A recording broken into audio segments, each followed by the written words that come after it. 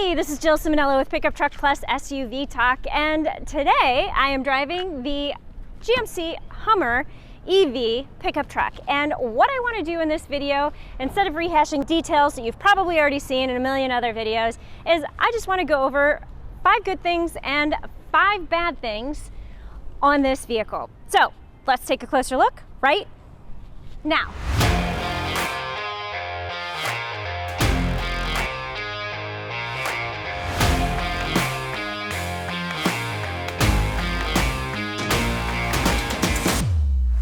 All right, I am currently using Supercruise in the GMC Hummer, and yeah, that instigated a lane change just when I started the video to change lanes automatically. Did it without any prompting from me, and I'm going to put this as thing number 1 on my like list. So basically what happens is you set your cruise control and a little gray steering wheel will pop up here, and it will show you that that means the system is ready. Okay, so here it says Supercruise disengaging and putting my hands on the wheel. I don't know if you saw it, but it flashed red here because for whatever reason the conditions were no longer appropriate for Supercruise to be active. So hands back on the wheel, the little steering wheel icon there is gone, and cruise control is still active, adaptive cruise control is still active, but the Supercruise itself is no longer active. But when the system is active, it does a very good job of keeping you in the lane and modulating and monitoring the traffic around you so that it keeps some good space around the vehicle. I really like this system. It does make me a little bit nervous, so I wasn't completely comfortable with my hands completely off the wheel. I kept them hovering while I was using it. But I think after I learned to trust the vehicle and understand how it operates, I would feel a little bit more comfortable using it. But I love that this system exists. I love that it works really well. And I love that it does the automatic lane changes. That is actually kind of weird. So thing number 1 on my like list, Supercruise. All right, now we're going to talk about thing number 2 on my like list, and that is going to be this right here. In addition to having a really great open air experience here, these sky panels are actually really easy to take out. So in another video, Kristen Shaw and I took these panels out without any help from anybody and without any instruction, and it was really super easy. The panels are light, they're easy to take out, they're easy to store in the frunk, and yeah, so this is something I love because I could do this myself. And if I can do this myself, you can do it yourself too, so I love it.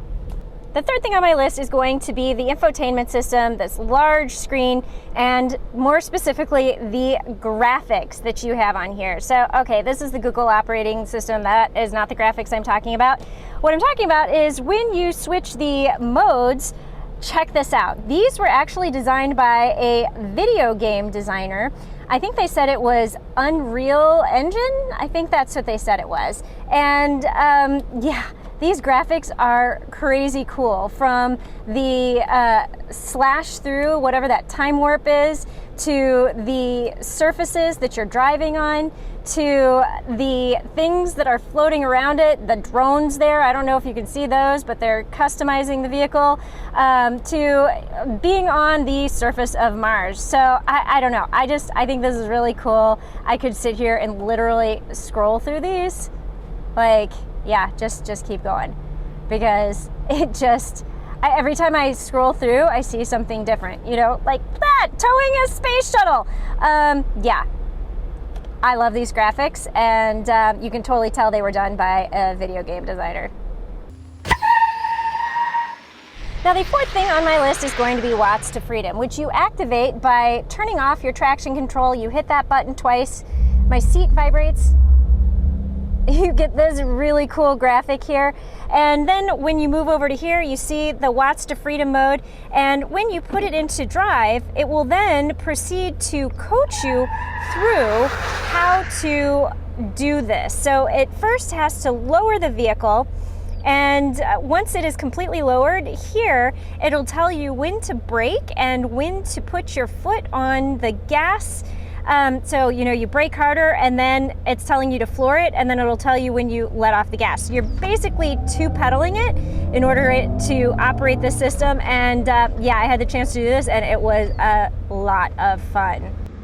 Now, the final thing on my like list, and by the way, there are a lot more things than just these 5 that I really like, but the last thing that I'm going to tell you about today is CrabWalk. You can activate this really by hitting this right here. So you're on your drive mode selector. This portion of the selector is actually a button. You press and hold it, and you get another cool graphic, and it's powering up, it's activating, it's getting ready. And there you go. Once you start driving, it will then turn all of the wheels at once, and you get kind of a sideways shifting motion, CrabWalk. So this is, you know, the 4-wheel steer to extreme, where you literally are just like, it feels like you're drifting or you're sliding. It's so cool. Had the chance to test this out yesterday. So I will say, from that seat, it felt a lot more like you were gliding. Whereas, okay, there I feel the glide. That is such a weird feeling. I'm trying to figure out how I could use this in Chicago to parallel park. Oh, I wish. This is thing number 5.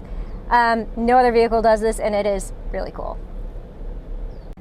So to transition to my do not like list, we are coming to the exterior of the vehicle. Now, before I launch into this, I want to preface this with the fact that I struggled to find 5 things that I didn't like on the Hummer EV. I actually generally really like this vehicle. So keep the rest of this video in mind, grain of salt, all that kind of stuff, because I was kind of picking nits here. So thing number 1 on my do not like list is going to be this right here. These are 35-inch tires, and while in theory I think these are really great tires, they are especially good in an off-road situation. Tested that to the hilt today, and these things were amazing. Yeah, the trade-off is going to be tire noise on the highway, and it is pretty excessive because you don't have a gasoline engine that is going to mute or cover up this noise. It is very present, so unless you turn on your radio, it's very noticeable. So that is going to be thing number 1.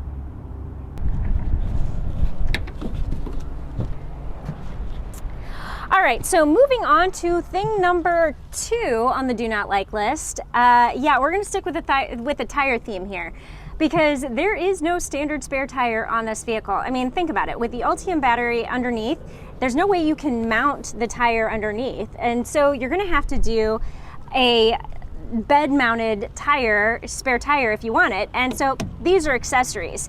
But here's the other thing: as soon as you opt for this accessory to mount these tires in the back, and by the way, if you're off-roading, you should absolutely opt for this, but the bad thing is going to be rear visibility, because these 2 tires stick up, and basically you have a window that's like this. So you're not really going to get a clear view out of the back of the vehicle if you get this. And even though this has a rear camera mirror, yeah, the 2 cameras are here and here. So that basically means that tires actually block the rear cameras as well. So whether you're looking out your rear view mirror, you're looking over your shoulder, or you're using the rear camera mirror, yeah, your visibility out the back is going to be bad. So that makes number 2 on the do not like list.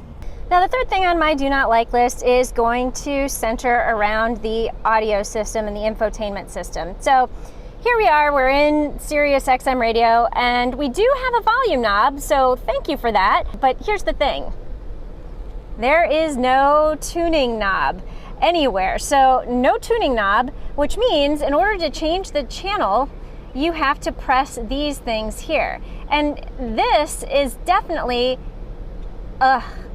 okay, so you can do this and scroll through, but I really, like, I just wanna, I don't know. I mean, okay, so you press and hold, that doesn't work.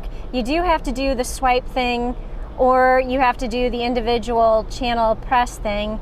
And I mean, I guess this swipe thing is okay, but it just seems like it's too many steps for me to be able to do this effectively. So I'm driving, my eyes are, you know, on the road, which is where they should be, and I have to hit that, which pops up this for me to go like that.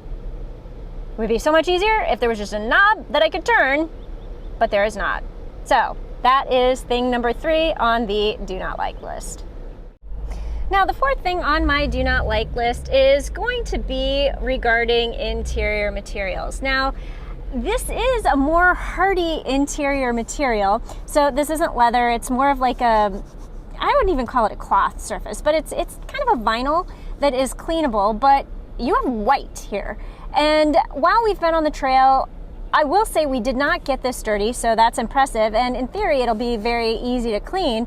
Ironically, it was the black that got really super dirty. So I don't know how you mitigate that when you're going to be doing a lot of, being in a lot of dirty places. So the black ironically got dirty, but my biggest concern is going to be this white stuff. I mean, thankfully they put the black, the places where you're probably going to be putting your feet the most, but I could just see over time the white, especially here on this armrest, if your arms are dirty and you're resting your arm, like this could just get really dark and dirty and dingy fast. And only time is going to tell whether or not this truly becomes a thing, but I will say I fear the white. I fear the white in an off-road vehicle, and I don't know, maybe people won't be taking this vehicle off-road that much, but I fear the white.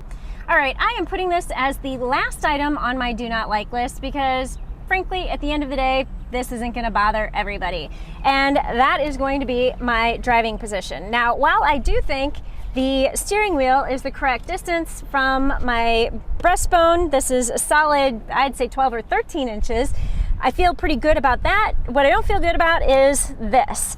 I cannot get this seat up any higher. There's still at least 2 or 3 inches of travel that it could go up, but this is as high as it is, and my visibility out the front is not great because I really would like to have just a couple more inches taller. Now, the other thing along those lines is this right here. I had to move the steering wheel up a little bit higher so that it did not bisect the behind the wheel gauges.